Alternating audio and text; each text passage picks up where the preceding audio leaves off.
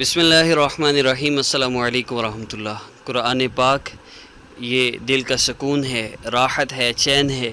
اس کا سننا، اس کا پڑھنا عبادت ہے، اور اللہ رب العزت نے اس اپنی مبارک کتاب کو دلوں کا سکون بھی بتایا ہے، اور اللہ رب العزت کی یاد میں ویسے ہی بڑا سکون ہے۔ تو وظائف بیسیکلی جو میرا بیسک مقصد ہے وہ یہ ہے کہ آپ ویسے بھی تو وظائف کریں، لیکن وظائف میں مختلف چیزیں ہیں۔ کچھ وہ ہیں جو آقا پاک صلی اللہ علیہ وسلم نے کیے ہیں، اور کچھ وہ ہیں جو آپ صلی اللہ علیہ وسلم نے نہیں کیے۔ آپ صلی اللہ علیہ وسلم نے اللہ رب العزت کے اسماء مبارکہ کے جو وظائف ہیں، اب احادیث مبارکہ میں باوضو رہنے سے رزق کا بڑھنا، یہ ساری چیزیں تو آتی ہیں، لیکن ہم جو شوہر کی محبت کے لیے یا ودودو پڑھتے ہیں، اور یہ اللہ رب العزت کے اسماء مبارکہ کو پڑھنے سے فائدہ ضرور ہوتا ہے، لیکن یہ بات یاد رکھیے کہ یہ مسنون نہیں ہے، مسنون اعمال اور ہیں۔ تو قرآن پاک میں اللہ رب العزت نے تاثیر رکھی ہے، اور لوگوں کے لیے جب یہ شفا ہے تو شفا ہر بیماری سے ہے، چاہے وہ دنیا کی ہو یا آخرت کی ہو، ہر مسئلے کا حل قرآن پاک میں موجود ہے۔ تو اس کا سننا بھی عبادت ہے، اس کا پڑھنا بھی عبادت ہے۔ تو دونوں چیزیں ہیں۔ اگر آپ کو جو سورہ مبارکہ اپلوڈ ہو، اگر وہ آپ کو زبانی آتی ہے تو آپ ساتھ پڑھ سکتے ہیں، لیکن محسوس یہاں میں نہیں، اور اگر آپ کو نہیں آتی تو آپ محروم کیوں رہے؟ آپ سن کر بھی اللہ رب العزت سے اپنا مسئلہ حل کروا لیں۔ تو یہ دین بہت آسان ہے، اس کو مشکل نہ بنائیں۔ بہت سے لوگ لاکھوں مرتبہ صورت پڑھے ہیں، یہ صورت اتنی دفعہ پڑھ لو، اور یہ صورت اتنی، ان صورتوں کے وظائف کے طور پہ پڑھنے کی وجہ سے لوگوں پر اثرات ہوتے ہیں، اور لوگ، ظاہر سی بات ہے ہماری کیپیسٹی 20 کلو اٹھانے کی ہے، جب 40 کلو 60 کلو اٹھائیں گے تو درد تو ہوگا ہی۔ اسی طرح جب ہم وظائف کرنے شروع کرتے ہیں اور مسئلے کے حل کے لیے وظائف کرتے چلے جاتے ہیں تو اس کے بھی اثرات پڑتے ہیں۔ جس طرح میڈیسن کا افیکٹ ہو جاتا ہے، اسی طرح ان وظائف کا بھی ہوتا ہے۔ پھر کہتے ہیں جی بھئی ہم نے تو وظیفہ کیا تھا، اب تو بلڈ پریشر بہت ہائی رہنے لگا ہے، اب تو مسئلہ اور زیادہ بڑھتا جا رہا ہے، اب تو یہ ہو گیا۔ تو یہ بات یاد رکھیے، سنت اعمال زیادہ سے زیادہ کریں، اور وظائف صرف سننے کی حد تک رکھیں، اور یہ سب سے زیادہ آسان ہے۔ اس لیے ہر اپلوڈ ہونے والا ذکر آپ ضرور کیا کریں، سن لیا کریں بس، اور اس کے بعد دعا کیا کریں۔ دیکھیں وظیفہ کر کے دعا نہ کریں کوئی فائدہ نہیں، اجر ضرور مل جائے گا، لیکن مسئلہ حل نہیں ہوگا۔ مسئلہ تو دعا سے حل ہونا ہے۔ تو آپ تلاوت سن کر، اللہ رب العزت کا مبارک کلام سن کر پھر دعا کر لیا کریں، انشاءاللہ اس سے آپ کو بہت زیادہ فائدہ ہوگا، اور اسی میں آپ کے مسائل کا حل ہے۔ اللہ رب العزت آپ سب کا حامی ناصر ہو۔ یہ بات سمجھ لیجئے کہ مسائل کا حل اللہ رب العزت سے مانگنے میں ہے، صرف کچھ اسماء مبارکہ پڑھ لینے میں نہیں ہے۔ شارٹ کٹ نہ ڈھونڈا کریں، اللہ رب العزت سے اپنا تعلق مضبوط کریں، اور ان وظائف کو سن کے دعا کر لیا کریں۔ اور جب تک نیکسٹ وظیفہ اپلوڈ نہیں ہوتا، آپ اس کو 2 دفعہ 3 دفعہ 4 دفعہ جتنی بھی نمازیں آتی ہیں، ہر نماز کے بعد اگر سنیں تو انشاءاللہ آپ کو بہت زیادہ فائدہ ہوگا۔ تو آئیے ذکر کا آغاز کرتے ہیں۔ بسم اللہ الرحمن الرحیم والعصر ان الانسان لفی خسر الا الذین آمنوا وعملوا الصالحات وتواصوا بالحق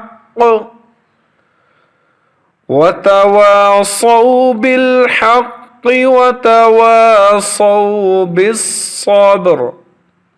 بسم اللہ الرحمن الرحیم والعصر ان الانسان لفی خسر الا الذین آمنوا وعملوا الصالحات وتواصوا بالحق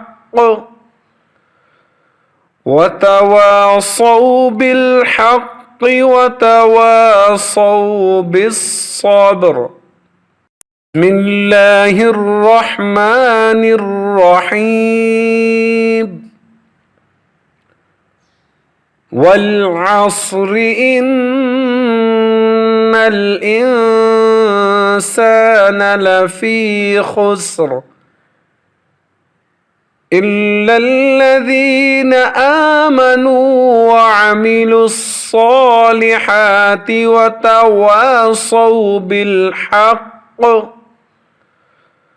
وتواصوا بالحق وتواصوا بالصبر. بسم الله الرحمن الرحيم. والعصر إن الإنسان لفي خسر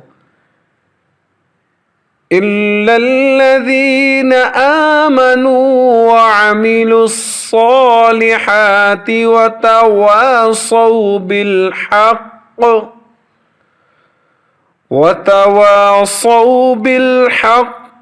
وتواصوا بالصبر. بسم الله الرحمن الرحيم. والعصر إن الإنسان لفي خسر إلا الذين آمنوا وعملوا الصالحات وتواصوا بالحق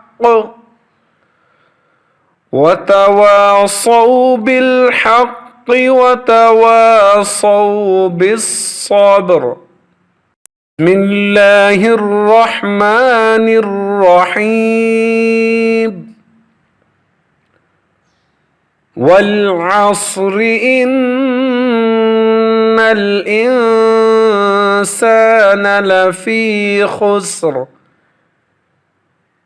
إلا الذين آمنوا وعملوا الصالحات وتواصوا بالحق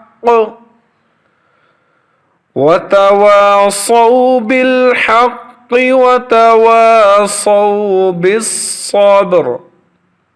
بسم الله الرحمن الرحيم.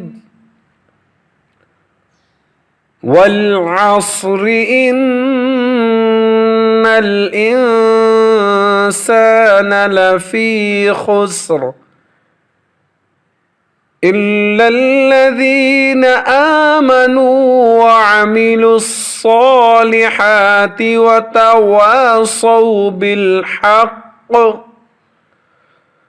وتواصوا بالصبر. بسم الله الرحمن الرحيم. والعصر إن الإنسان لفي خسر إلا الذين آمنوا وعملوا الصالحات وتواصوا بالحق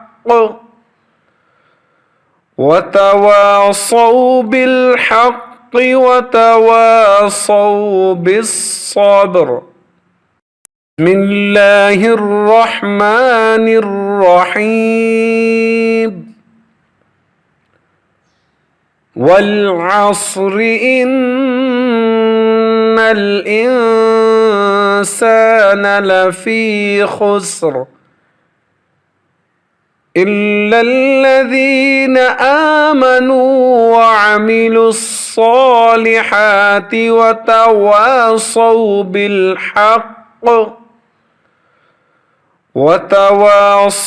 بالحق وتواصوا بالصبر.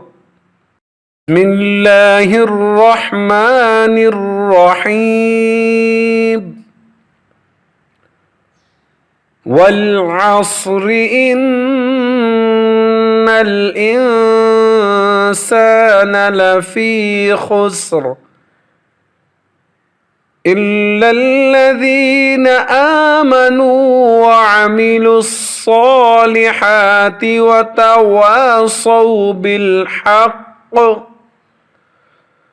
وتواصوا وتواصوا بالصبر.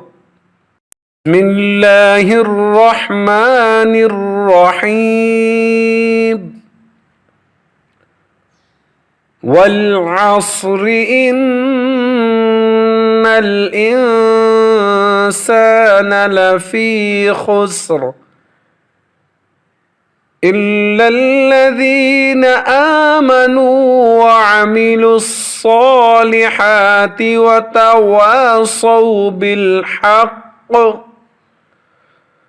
وتواصوا بالحق وتواصوا بالصبر.